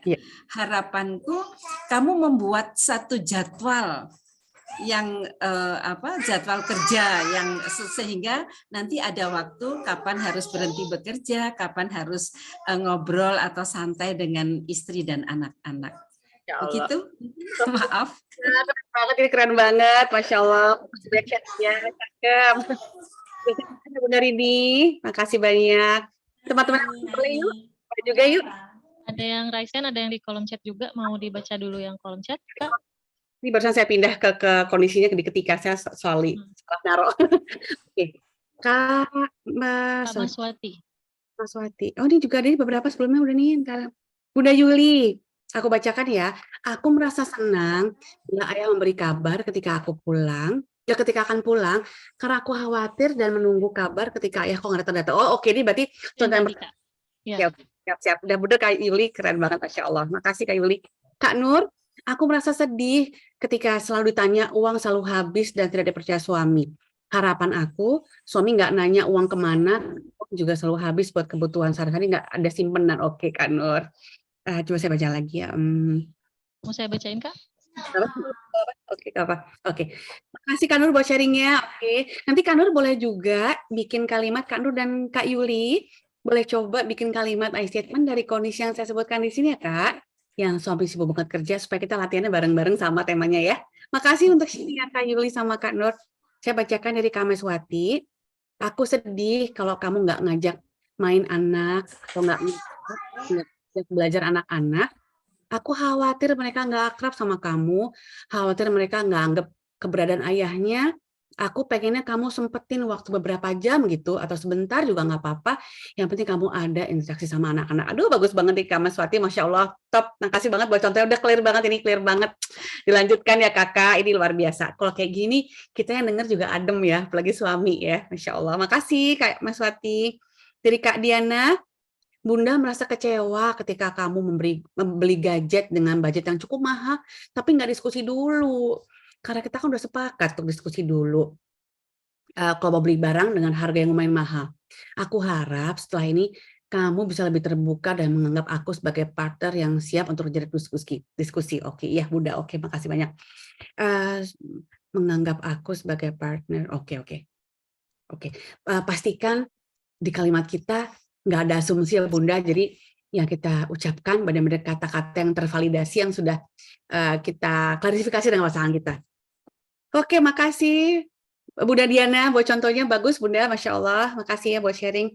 Oke Kak Sinta, aku merasa disia-siakan ketika kamu selalu sibuk dengan HP-mu, tidak punya waktu untukku. Oke. Mungkin bisa ditambahkan lagi Kak Sinta, harapannya apa? Kak Sinta ingin apa supaya suami ini punya waktu untuk Kak Sinta? Boleh disempurnakan lagi, ditambahkan lagi aja Kak ya, boleh ditambahkan lagi dikit lagi kok. Nah, makasih ya Kak Sinta. Dari Kak Rani, aku merasa kesal ketika melihat ayah main game di rumah. Karena aku merasa sendiri. Harapanku ayah bisa bermain sama anak ketika ada waktu senggang. Masya Allah. Makasih Kak Rani buat contohnya, luar biasa. Untuk dari Teh Nur, aku sedih jika suami pulang malam karena aku ingin bermain dengan ayah. Sorry. Aku sedih jika suami pulang malam karena anak ingin bermain dengan ayah. Harapanku pulang sore. Oh, mungkin harapanku ayah bisa pulang sore agar bisa main dengan anak. Oke, siap Kak Nur. Ya, bisa sih. Oke. Ya, siap Kak Nur, siap. Oke, udah bagus ini Kak Nur. Makasih banyak buat sharingnya. Ada lagi bunda-bunda yang mau sharing lagi? Mau langsung nanya di on mic juga boleh. Dari Oke, ada Kak Zaira.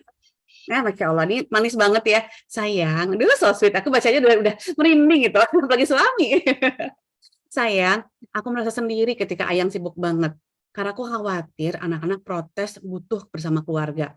Harapanku, yuk kita agendakan jalan bareng. Oke, Masya Allah. Siap. Kak Saibat, keren ini. Masya Allah. Kayaknya kebayang sih teman-teman, kalau kita aja yang baca kalimat-kalimat ini tuh udah tersentuh ya hatinya. Jadi kebayang nggak suami yang pada dasarnya dia tuh sayang sama kita. Saat kita bicara mengungkapkan apa isi hati kita yang terdalam, saya yakin suami jadi tergugah. Suami akan ngerasa, aduh iya ya, aku udah bikin istriku sedih. Iya ya, aku udah bikin istriku kecewa. Tapi itu atas kesadaran dia, bukan kita yang menyalahkan, bukan yang, kamu bikin aku kecewa. Kok kayak gitu nanti judging and blaming. Yang ada suami malah pengennya balas kan. Pengennya, kamu juga sama ribut. Tapi kalau dengan statement, kita bicara, aku sedih, aku khawatir. Itu suami pun pasti hatinya juga langsung nyes gitu ya, kayaknya aduh istriku ternyata dia merasa sedih ya, aduh aku kayaknya ingin banget bikin istriku nggak sedih. Dia malah ke-trigger untuk membahagiakan kita tanpa kita minta, ya nggak sih? Oke, dari Kak Sinta mau bertanya, silakan Kak Sinta. Silakan Kak Sinta. Ya, gini, saya itu kan kadang suka suka ngerasa suami aku itu benar-benar gimana ya, egois gitu. Karena saya ngerasa kalau misalkan dia salah, saya mah biasa aja gitu. Nggak pernah melihat nggak pernah marah atau menunjukkan marah atau gimana gitu. Tapi sekalinya saya salah gitu, dia tuh yang gimana ya, yang kayak yang nggak ada maaf gitu, ketus gitu, didiemin aja gitu kan. Jadi dan itu tuh waktunya panjang gitu, nggak bisa bentar gitu. Jadi saya tuh kayaknya nggak boleh salah deh gitu. Ya makasih Kak. Iya Kak Sinta. Semoga Allah kasih kelapangan hati untuk Kak Sinta. Semoga Allah mudahkan Kak Sinta dalam menghadapi masalah ini dengan suami dengan cara baik-baik. Mudah-mudahan Allah kasih jalan termudah untuk Kak Sinta, mendapat solusi terbaik dengan suami Kak Sinta. Yang ini juga buat saya. Amin. Saat kita ke-trigger sama emosi suami ya, yang mungkin marah-marah, suami nggak berkata seperti yang kita inginkan, suami moodnya jelek, nyala-nyala kita terus. Tadi kita ingat ya sama slide yang ini. Ini mungkin agak relevan ya Kak Sinta sama Kak Sinta hadapi di rumah dengan suami. Nah, apakah mood kita ikut terganggu oleh emosi suami? Saat suami marah-marah, kesal, nyala-nyalahin kita, apakah kita mau fokus pada diri kita? Kita tidak mengizinkan kalimat jeleknya itu masuk ke diri, ke pikiran, ke hati kita. Atau kita izinkan omongan gak enak suami mengobok-ngobok hati kita, ngobok-ngobok pikiran kita, sehingga kita ikut emosi. Karena kendali diri kita ditentukan. Saat suami marah-marah, suami nyala-nyalahin kita, bilang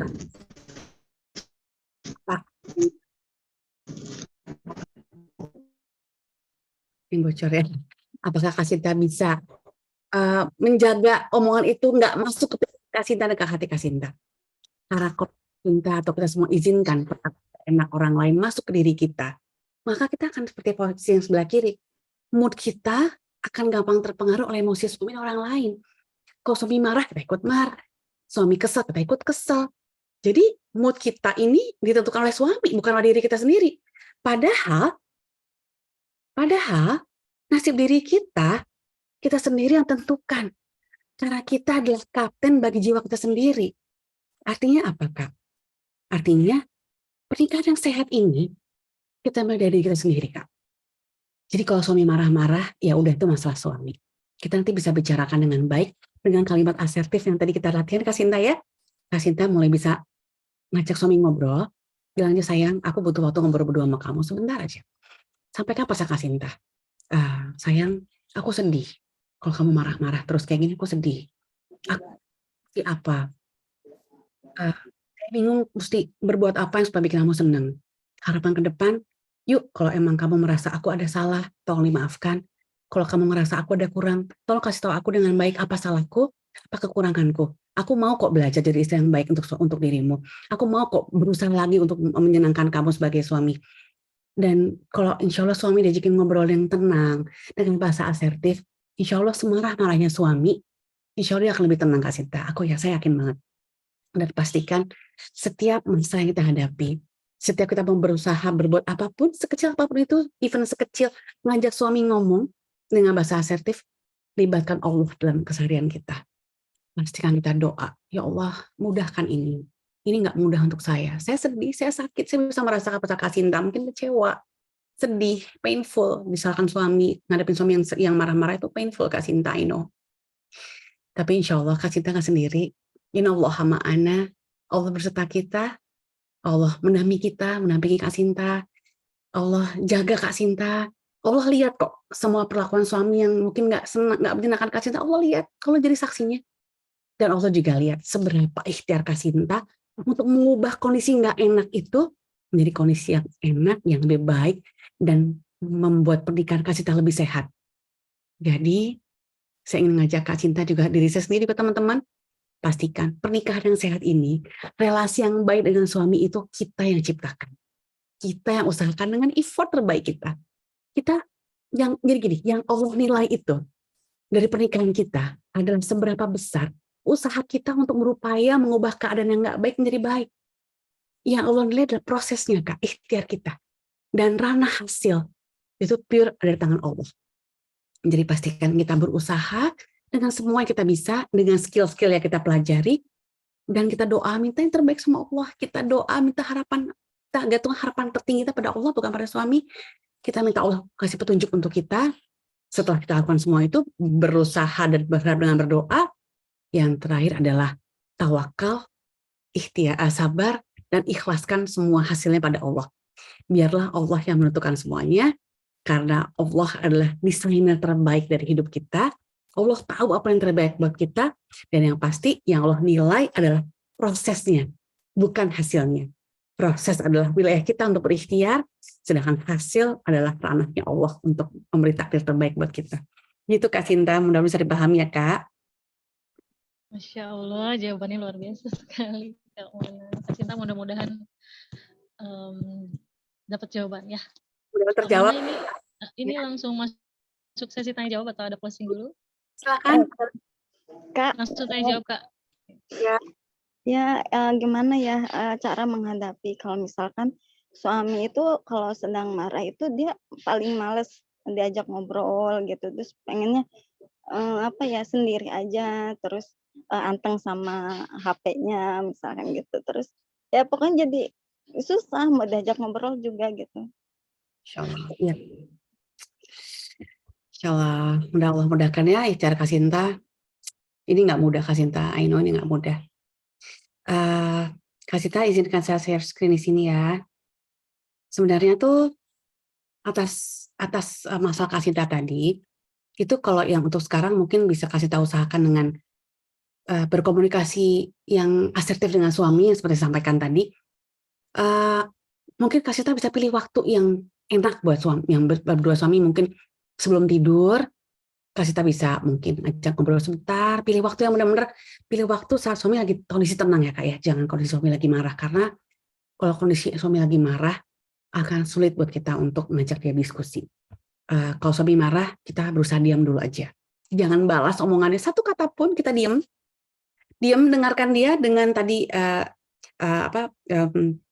skill efektif listening dengan skill mendengar kita, empathic listening, kita berempati pada apa yang dia rasakan. Kalau dia marah, oke, kita mengerti, oke, suami saya lagi marah. So, saat suami kita marah, saya diam dulu deh. Karena kalau saat suami saya marah, lalu saya juga balas dengan marah, dengan kalimat pembalasan, masalahnya akan lebih besar lagi. So, pastikan kalau suami kasih lagi marah, kasih diam dulu. Dengarkan semua kalimat yang dia ucapkan dengan kesabaran, luaskan hatimu. Karena memang ini butuh hati yang luas dan sabar ya Kak Sinta untuk menghadapi emosi suami yang mungkin meledak-ledak seperti ini. Dan percaya deh Kak Sinta, sabarmu adalah pahala surga dari Allah buat punya Kak Sinta. Insya Allah sakitnya Kak Sinta, painfulnya Kak Sinta rasakan itu nggak sia-sia. Allah jadikan ini adalah pahala surga buat Kak Sinta, insya Allah. Tapi tetap kita usaha Kak Sinta cari waktu yang pas untuk saat dengan suami. Setelah suami reda marahnya, mungkin gini, saat suami lagi marah-marah, dengarkan dulu. Setelah dia selesai ngomongnya udah diem, kita bikin minuman yang suami suka. Mungkin kalau dia suka kopi, kita bikinin kopi. Kalau dia suka minum teh, kita bikinin teh. Kasih aja. Saya minum dulu yuk, kamu mungkin lagi emosi ya. Minum dulu biar kamu tenang. Jadi pastikan saat suami marah, kita gak ke-trigger marah, Kak. Kita kasih dia ketenangan. Tunjukkan saya bisa tenang. Tunjukkan bahwa semua omonganmu yang gak enak tentang saya gak masukkan ke kepala, apalagi ke hati saya. Ibaratnya gini, kakak pernah bayangin ada bubble ya, mainan anak yang kayak bola besar tuh, yang kayak bola besar. Anggap aja diri kita tuh lagi masuk ke dalam bola besar itu tadi, yang itu terlindungi dari air yang menciprat-ciprat, terlindungi dari apapun. Jadi kita merasa dilindungi, kita ada dalam bubble wrap yang melindungi kita. Anggap aja kita lagi dalam perlindungan Allah begini ya gambarannya. Dan omongan suami itu nggak masuk ke diri kita karena kita dilindungi sama si bola tadi ibaratnya ya. Dan itu kita perlu juga men-setting itu di diri kita teman-teman. Jadi omongan suami nggak enak, marah-marah dia, mungkin dia bentak-bentak, maki-maki kita nggak masukin. Kita tenang, kita istighfar, astagfirullahaladzim, kita tenang, kita usahakan semua kalimat jelek itu nggak masuk ke hati dan pikiran kita. Cukup dengarkan lalu buang. Dengarkan, buang. Jangan izinkan orang lain mengobok-ngobok hati dan perasaan kita. Karena itu adalah sikap yang nggak berdaya. Kita adalah wanita dan istri yang berdaya. Kita yang tentukan emosi kita yang tentukan mood kita, dan itu nggak tentukan oleh mood suami kita. Suami kita marah, kesel, bentak-bentak, itu urusan dia sama Allah. Urusan kita adalah saya tetap tenang, saya bantu suami saya menenangkan dirinya, dan saya berikhtiar untuk itu. Selain tadi mungkin setelah saya marah-marah, kasih minuman panas, nanti tunggu dia reda, mungkin sayang kamu capek ya, aku pijitin yuk, saya pijitin. Nah ini kalau teman-teman lihat di layar, di slide, misalnya tadi kita pijitin suami, saat suami setelah marah-marah, itu ada di nomor 4. Jadi menciptakan relasi yang intim dengan suami. Nah ini sayang banget waktu kita terbatas, jadi saya nggak bisa bahas ini.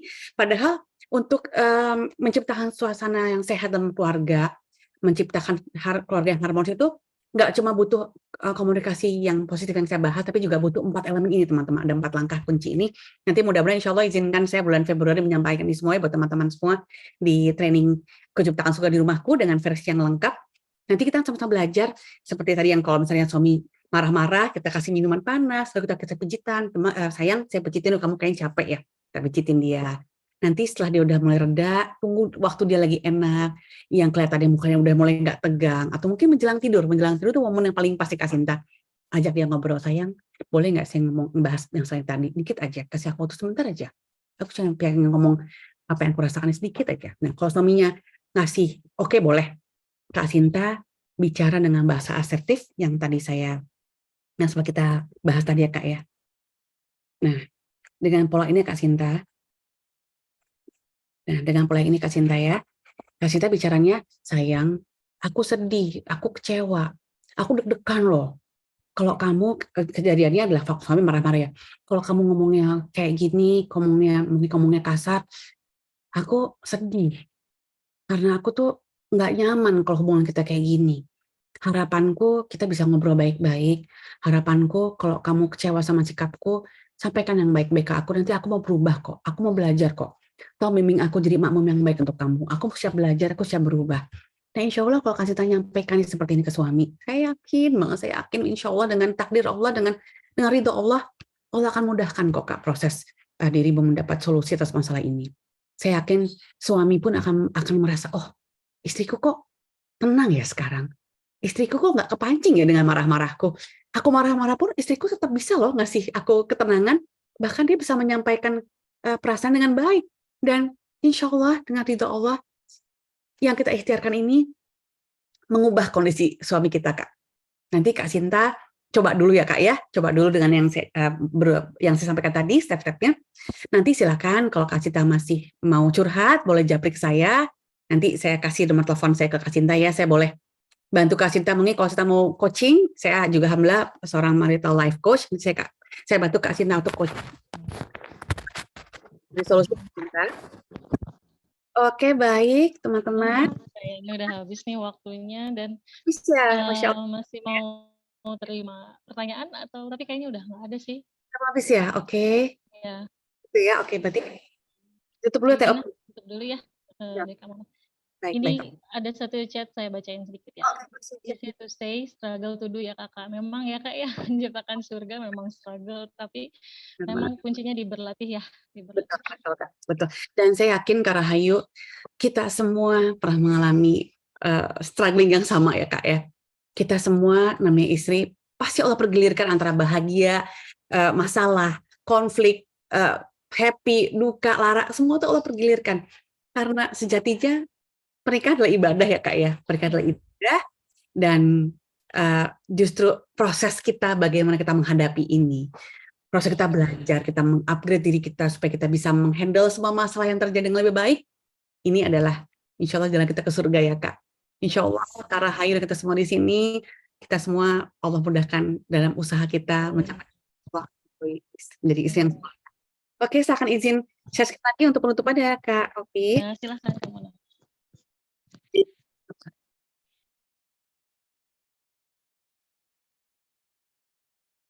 Oke teman-teman, sesungguhnya pernikahan itu adalah perjalanan hidup. Marriage is a life journey that worth taking for the rest of our life. Pernikahan adalah perjalanan hidup yang kita mulai dengan niat yang kuat, dengan komitmen untuk menyempurnakan agama, ingin menjalaninya dengan penuh tanggung jawab beserta pasangan kita hingga di akhir hidup kita di jannah mudah-mudahan. Niatkan pernikahan yang kita jalani ini adalah sarana kita untuk beribadah dan mempersembahkannya untuk menggapai ridha Allah. Setting sudut pandang bahwa kita adalah istri yang berdaya, di mana keputusan untuk membangun rumah tangga yang sakinah mawaddah warahmah ada dalam diri kita. Kita yang mengusahakannya dengan effort terbaik kita. Kita sadari bahwa suami kita yang Allah takdirkan berjodoh dengan kita itu adalah pilihan terbaik dari Allah untuk kita. Ia adalah pasangan yang akan melengkapi hidup kita dengan segala kelebihan dan kekurangannya selama hidup kita. Yakini bahwa suami yang Allah pilihkan untuk kita, dialah yang Allah jadikan jalan kita menuju surganya Allah. Sadari dari bersabar dan ikhlas menerima ujian hidup berupa menerima kekurangan suami, itu justru ada nilai pahala yang besar dari Allah. Disitulah letak surga buat kita. Sadari bahwa suami yang kita layani, suami yang kita kasihi ini adalah titipan Allah untuk kita. Dan kelak kita akan mempertanggungjawabkan semuanya di hadapan Allah. So, kita luaskan hati kita, terima semua kekurangannya, dan tidak menuntut apapun dari suami. Karena kita tahu, menuntut seseorang untuk berubah adalah sesuatu yang di luar kendali diri kita. Kita nggak bisa nuntut orang lain untuk membahagiakan kita. Kita nggak bisa nuntut dia untuk berubah. Jadi yang perlu kita lakukan adalah kita kendalikan diri kita. Kita lakukan apa yang ada dalam kontrol diri kita, yaitu kita ubah diri kita sendiri, kita tambah skill kita tambah kompetensi diri kita, agar kita bisa menjadi istri terbaik buat suami kita. Agar kita bisa mengusahakan apapun yang bisa kita lakukan untuk menjalankan peran dan tugas kita yang terbaik sebagai istri dengan kualitas yang terbaik. Istri yang siap melayani dan memenuhi semua kebutuhan suaminya dengan penuh cinta dan ikhlas lillah hanya karena Allah. Dan kita nggak berharap suami kita yang balas semua kebaikan yang kita lakukan. Karena kita perlu sadari, yang memberi kebahagiaan itu bukan suami kita, teman-teman. Hanya Allah yang mampu memberi kebahagiaan dan balasan terbaik atas semua kita ikhtiarkan, bukan suami kita. Jadi even kita baik sama suami dan suami masih marah-marah, terserah. Itu urusan dia sama Allah. Yang pasti saya baik dengan suami saya layani suami saya dengan cinta, itu saya lakukan buat Allah. Saya lakukan lillah karena Allah, bukan karena dia sebagai subjek, tapi karena dia sebagai titipan Allah untuk saya. Saya lakukan ini karena saya cinta sama Allah. Saya mencintai suami saya karena dasar saya cinta sama Allah. Dan kita yakini Allah nggak akan menyia-nyiakan semua proses yang kita lakukan ini. Setiap kesabaran, semua ikhtiar kita dalam bertumbuh, dalam belajar menambah skill seperti ini. Bahkan kakak-kakak di sini 1,5 jam bersama kita belajar bareng. Ini adalah ikhtiar kita yang insya Allah ridho sebagai usaha kita menjadi istri yang lebih baik buat suami kita. Ini adalah bentuk tanggung jawab kita sebagai istri yang solihah dengan belajar bareng kayak gini. Saya yakin ridho suami adalah ridho Allah.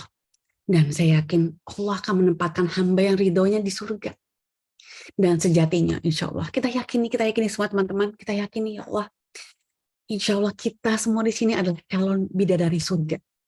Dan itu insya Allah ada balasan terbaik atas segala perjuangan yang udah kita usahakan selama di dunia ini. So, perjuangan untuk bisa jadi istri solihah yang diridhoi suami adalah episode yang perlu kita alami di kehidupan ini. Kita nikmati, kita embrace semua rasanya. Saat senang kita senang, saat kita lagi sedih kita sedih. Nikmati semua yang Allah suguhkan pada kita dalam kehidupan ini. Nikmati semua yang Allah hadirkan dalam perjalanan pernikahan kita, baik susah, senang, lapang, sempit, tertawa, nangis, sedih, bahagia. Kita akan menikmati itu semua karena kita yakini bahwa perjalanan ini adalah usaha kita untuk mendapat ridho Allah, bukan yang lain.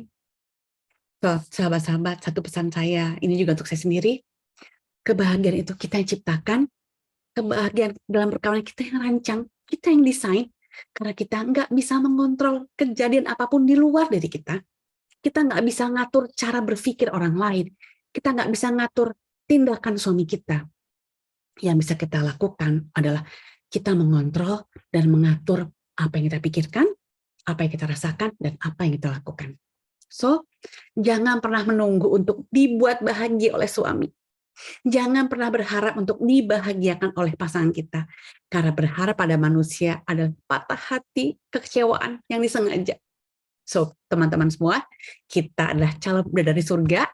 Kita adalah perempuan yang berdaya, yang bahagia, yang bisa membahagiakan pasangan kita. So, kita usahakan untuk menciptakan kebahagiaan dan kita usahakan untuk menciptakan suasana surga dalam pernikahan kita. Sahabat, one of the biggest thing that come from our marriage is your hope. If your hope is your husband, then your hope will fail. Let our hope firmly planted in Allah in Jannah. Saya Mona Lahji, pamit diri dulu. Assalamualaikum warahmatullahi wabarakatuh. Waalaikumsalam warahmatullahi wabarakatuh. Bikin merinding dari sama kalimat-kalimat Kak Mona. Di sini juga ada hadir Mbak Nina. Selamat siang Mbak Nina. Assalamualaikum Kak Nina. Insya Allah. Ya Allah sekali bergabung di belakang tadi. Maaf. Terima kasih sudah menyempatkan hadir Mbak Nina. Iya. Kak Mona, kalau saya mau izin menyimpulkan sedikit ya. Jadi intinya suasana surga di rumah itu kita yang ciptakan ya Kak Mona ya. Dan kita sering dengar bahwa rumah tangga itu atau pernikahan itu adalah setengah din. Betul ya Kak Mona ya? Setengah agama ya. Ibaratnya tuh kalau puasa tuh ada awalnya ada ujungnya. Ramadan tuh ada hari pertama sampai hari ke-30 ada ujungnya, tapi setengah din ini, pernikahan ini ujungnya sampai kita tutup usia. Saya pernah dengar juga Ustadz yang bilang tuh, apa yang Allah punya tuh nggak murah. Surga itu nggak murah memang. Struggle tadi kan ya, kata Kak Rahayu, memang itu kalau balasannya surga ya kita harus struggle untuk itu. Masya Allah, terima kasih banyak Kak Mona untuk sharingnya hari ini. Luar biasa dibikin merinding beberapa kali nih ya. Diingatkan lagi bahwa fokus kita itu memang kita hanya fokus pada peran dan kewajiban kita sebagai istri. Di luar kita bukan kendali kita. Itu ya kuncinya. Oh ya kakak-kakak, rekamannya tidak di-share, mohon maaf. Jadi nanti kalau misalkan kakak-kakak pengen lebih dari Kak Mona. Ditunggu ya, tadi Kak Mona sudah spill juga bulan Februari versi lengkapnya sudah ada, nanti kakak-kakak diinformasikan lagi ya. Nah sebelum ditutup, saya mau mengumumkan pemenang minggu lalu. Oh ya, tadi saya lupa ngumumin kakak-kakak, tolong nanti tuliskan insight terbaik di Instagram, di feed atau di story. Tuliskan kakak-kakak belajar apa sih hari ini? Belajar nggak kakak-kakak? Ngerasa belajar nggak hari ini? Dapat sesuatu hari ini? Insya Allah ya, mudah-mudahan dapat sesuatu. Oh ya, terima kasih Bu Rini. Nanti tolong tuliskan Banyak di hal. banyak banget Kak Diana, terima kasih. Tolong tuliskan nanti di Instagram story atau di feed-nya dan mention ke @tempattrainersguild. Boleh ditolong dituliskan nggak Kak Novi akunnya @tempattrainersguild dan @ninanugroho dan juga @akuberdaya. Nanti tambahin hashtag #akuberdaya. Nanti akan ada hadiah menarik untuk kakak-kakak dari brand Nina Nugroho. Sesuatu lah ya, pokoknya menarik. Nanti pengumuman minggu lalu nih, saya izin share screen ya. Minggu lalu pemenangnya adalah, sebentar.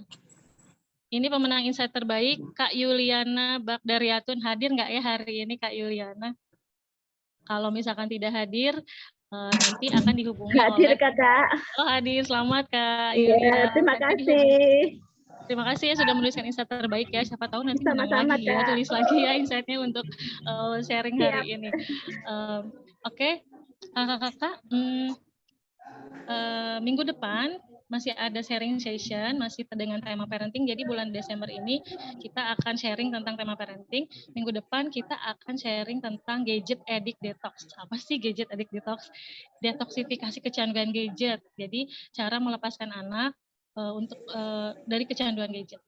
Bisa nggak buat orang tuanya, buat orang dewasa? Bisa banget. Jadi kakak-kakak nanti belajar lagi minggu depan ya. Tolong ditandain kalendernya. Minggu depan kita belajar lagi cara melepaskan anak dari kecanduan gadget. Dan saya sendiri, Masya Allah. Ya, sharingnya nanti akan saya bawakan sendiri ke kakak itu dari based on pengalaman saya juga ya, sama kayak kamu tadi ya. Selfie ya minggu depan, Insya Allah. Kak Mona, jazakallah khair, tim Aku Berdaya juga jazakumullah khairan katsira. Mbak Nini juga terima kasih sudah menyempatkan hadir, terima kasih sudah membuat program Aku Berdaya ini, sudah memperakarsai program Aku Berdaya. Saya yakin insya Allah banyak wanita yang dapat manfaat dari program ini. Sekali lagi terima kasih banyak. Kakak-kakak, saya izin tutup ya. Kak Novi, iya. Kak Novi ada satu lagi, sorry. Terusnya ada apa yang kirim private message ke saya, ya. Ingin minta kontak saya untuk diskusi atau lebih lanjut. Kakak-kakak yang mau lanjutkan sesi curhat dengan saya silahkan, boleh follow IG saya, Mona Lahji. IG saya Mona Lahji, saya ketik di kolom chat ya kakak-kakak. Nanti kakak-kakak boleh langsung aja direct message ke saya. Nanti kita akan janjian ya, kalau memang kakak-kakak butuh untuk coaching atau butuh curhat sama saya, silahkan, insya Allah saya akan untuk kakak-kakak semua. Oke, siap. Terima kasih. Oh iya, sebelum ditutup, mumpung Mbak Nina hadir, Rina mau menyampaikan sesuatu nggak? Silahkan Mbak Nina.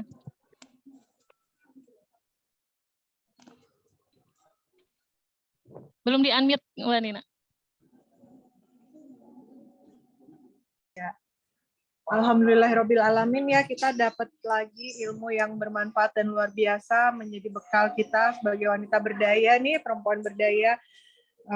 Tidak hanya ke masyarakat, tapi perempuan berdaya itu adalah kita bisa membuat diri kita bahagia, berdaya, melakukan sesuatu untuk diri kita, kemudian ke orang lain, gitu. Utamanya di diri kita sendiri terlebih dahulu, dan peran keluarga, apa-apa yang ada di keluarga, termasuk bagaimana hubungan kita dengan pasangan, dengan anak-anak, itu juga sangat mempengaruhi keberdayaan kita sebagai perempuan kan. Nah, tadi banyak disampaikan tips, trik, dan bagaimana caranya berkomunikasi secara aktif, asertif, dengan lemah lembut, dan banyak banget tadi yang bisa kita ambil dari obrolan dengan Teh Mona. Luar biasa, dari suaranya aja lembut sekali.